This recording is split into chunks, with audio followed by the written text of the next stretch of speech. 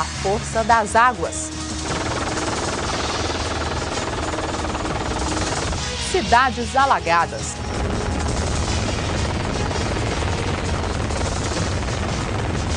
Mais de 4.000 pessoas desabrigadas em Minas. Em Divinópolis já passa de 6.000 o número de desalojados.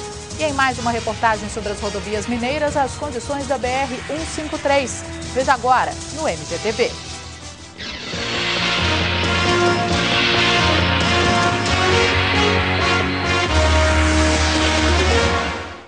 Boa noite.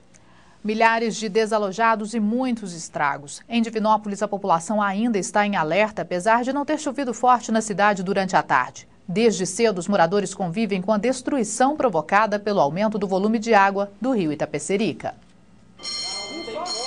54 homens do Corpo de Bombeiros trabalham desde domingo.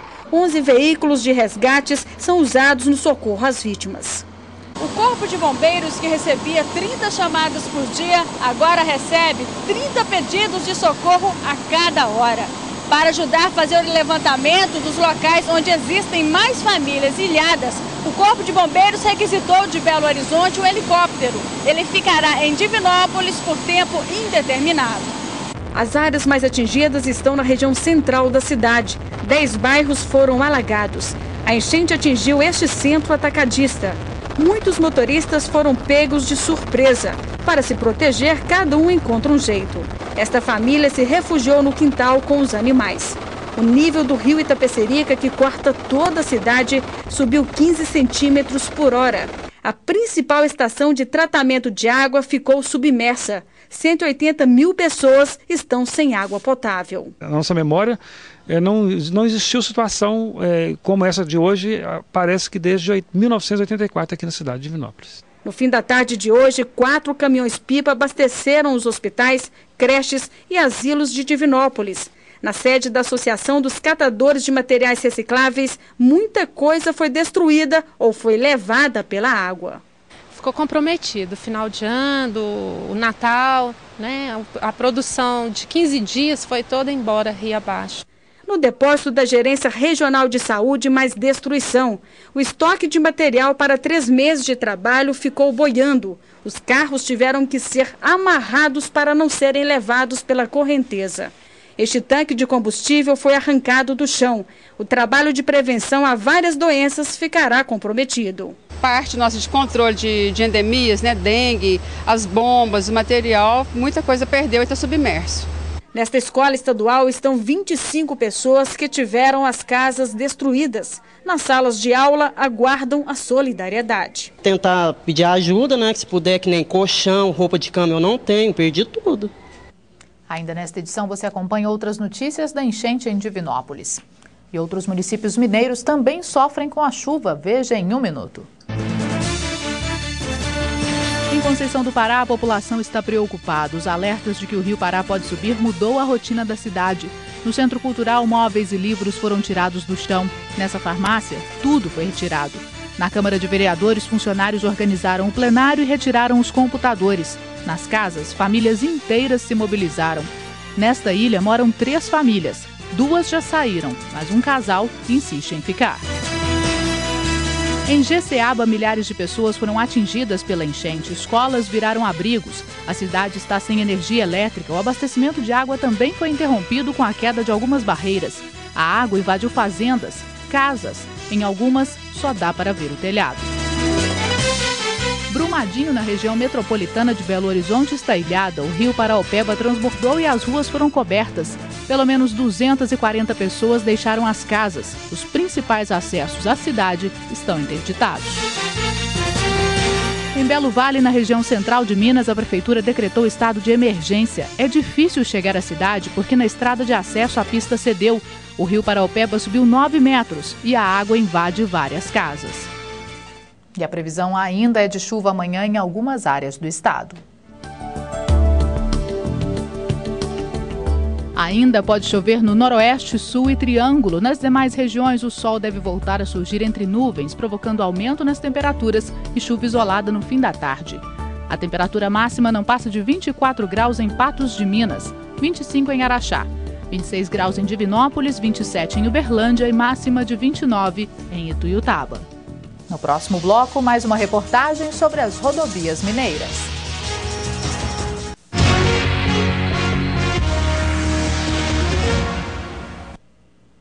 Dois acidentes envolvendo carretas foram registrados hoje no Triângulo. Em Uberaba, de acordo com a Polícia Militar, o motorista desta carreta desobedeceu a sinalização e tentou subir neste morro. Não conseguindo, ele tentou jogar a cabine em cima da calçada. O trânsito ficou parcialmente interditado. Ninguém se feriu. Em Uberlândia, o motorista desta outra carreta carregada com polietileno perdeu o controle da direção na curva e capotou. A carga ficou espalhada, o trânsito lento. Foi preciso a ajuda de 2 guinchos para desvirar o caminhão e retirar a vítima das ferragens. O motorista ia de Contagem para Aparecida de Goiânia. E na série sobre a situação das principais estradas mineiras, hoje vamos saber como estão as condições da BR-153.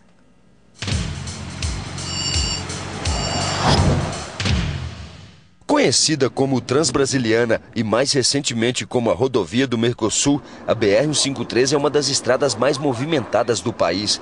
O trecho que passa por Minas é de 247 quilômetros e a nossa viagem começa no quilômetro 195, próximo à divisa com o estado de São Paulo. Aqui, com o apoio do Exército, o DENIT recuperou boa parte da estrada. Se tivesse mais isso no Brasil, melhoraria bastante também, né? E evitaria bastante acidente aí nas rodovias. Seguimos rumo a Goiás. São mais de 5.000 veículos por dia.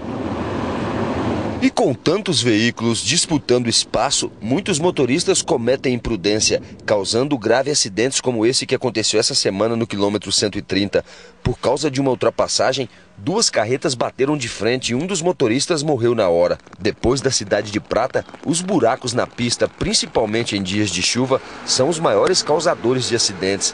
Num deles, seu Luiz perdeu um filho e teve outro gravemente ferido. Buraco com água. Perdeu o controle do veículo e caiu na beira da pista. No quilômetro 90, o trecho que é considerado um dos mais perigosos da BR-153 em Minas. E o maior risco está fora da estrada, onde o acostamento desapareceu. Em alguns pontos, o desnível em relação à estrada é de quase 1 metro. E se precisar sair da pista neste ponto, dificilmente o motorista conseguirá evitar um grave acidente.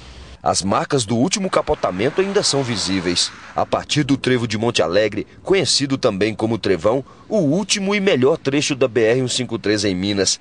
A estrada passou por uma grande obra de duplicação. São quase 50 quilômetros, mas apesar das boas condições, o número de acidentes cresceu depois da duplicação. De janeiro a novembro de 2005 foram 125.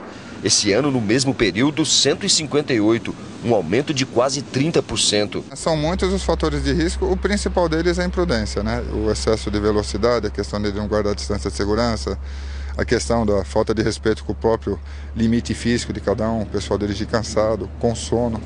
Então são vários os fatores que colaboram.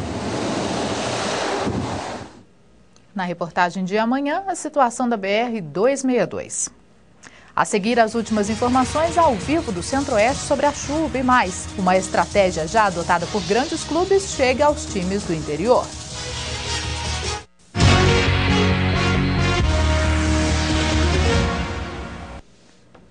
Voltamos a falar da chuva em Minas. Ao vivo de Divinópolis, no Centro-Oeste do estado, a repórter Carolina Noronha tem as últimas informações. Boa noite, Carolina. Boa noite, Adriana. A boa notícia é que o sol apareceu agora no fim da tarde aqui em Divinópolis. Os sinais de uma possível estiagem deixam a população um pouco mais tranquila. Nas últimas 24 horas foram registrados 86 milímetros de chuva, de acordo com a estação climatológica. O nível do rio Itapecerica também está baixando. Agora está em 7 metros e 60 centímetros. O pico registrado nesta manhã foi de 8 metros. O abastecimento de água aqui na cidade ainda está comprometido. Só 20% da população recebe água potável. E de acordo com a Defesa Civil, 52 pessoas estão desabrigadas e mais de 6.000 desalojadas. As vítimas das chuvas estão sendo levadas para 3 locais. A Escola Estadual Luiz de Melo Viana, que fica no bairro Porto Velho, o Centro de Imigrantes, e a Escola Estadual Vicente Matias, no bairro das Oliveiras. Adriana? Obrigada, Carolina. Você já imaginou que roupas, chinelos e até canecas pudessem ajudar um time de futebol a se fortalecer? O Berlândia Esporte, que daqui a 5 semanas estreia no Campeonato Mineiro, está apostando nisso. É o marketing esportivo que pode transformar a realidade nos campos e nas arquibancadas. O brasão do time divide espaço com outras marcas. O que era só um símbolo, agora também é uma grife. São mais de 80 itens, de boné e agasalho a bolsas e canecos. O pessoal tem pedido muito que tivesse muitos souvenirs, muita coisa a respeito da loja do Berlândia Esporte.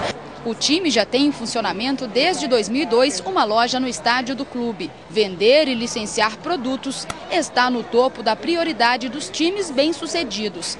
Um exemplo bem conhecido dessa estratégia foi o Corinthians. A contratação de Ronaldo, mesmo antes de qualquer partida, já rendeu dividendos.